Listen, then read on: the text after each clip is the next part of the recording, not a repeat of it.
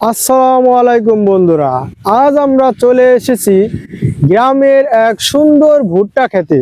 চারদিকে সবুজে ভরা এই ক্ষেত শুধু দেখতে সুন্দর না, এটি কৃষকের আয়ের একটি বড় উৎস।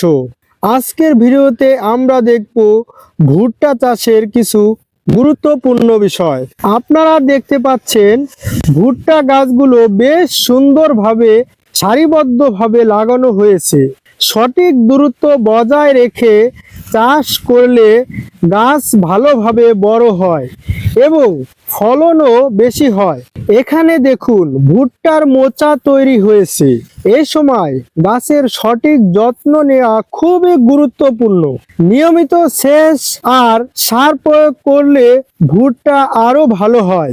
ভুট্টা গাছ সাধারণত 6 থেকে 8 ফুট পর্যন্ত লম্বা হয়। ভালো জাতের বীজ এবং সঠিক পরিচর্যা থাকলে ফলন অনেক বেশি পাওয়া যায়। আমাদের দেশের কৃষক এখন ভুট্টা চাষ করে ভালো লাভ করছে, কারণ ভুট্টা পশুখাদ্য, খাবার এবং বিভিন্ন শিল্পে ব্যবহৃত হয়। এভাবেই যত্ন নিলে ভুট্টা চাষ থেকে ভালো ফলন পাওয়া সম্ভব।